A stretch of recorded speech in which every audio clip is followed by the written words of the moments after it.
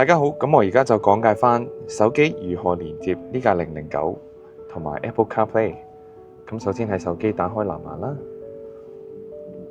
咁跟住喺我哋呢個車機上面有個我的汽車，咁下面呢就有個連接，咁上面呢就會顯示呢個藍牙開關同埋佢呢架車嘅藍牙嘅名，咁係可以更改嘅。咁我哋喺呢度揾翻我哋嘅手機啦，點一點。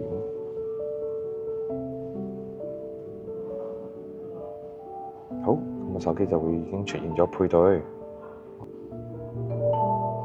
好啦，咁而家個車機咧就已經自動調咗去藍牙音樂。咁手機上面咧就會顯示要唔要使用 CarPlay。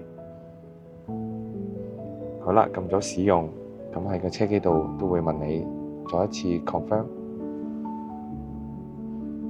好啦，咁我哋咧已經見到我哋車機上面已經顯示咗一個 Apple CarPlay 嘅一個顯示。咁呢度咧呢個 menu 就會見到 Apple CarPlay 入邊可以有啲咩功能。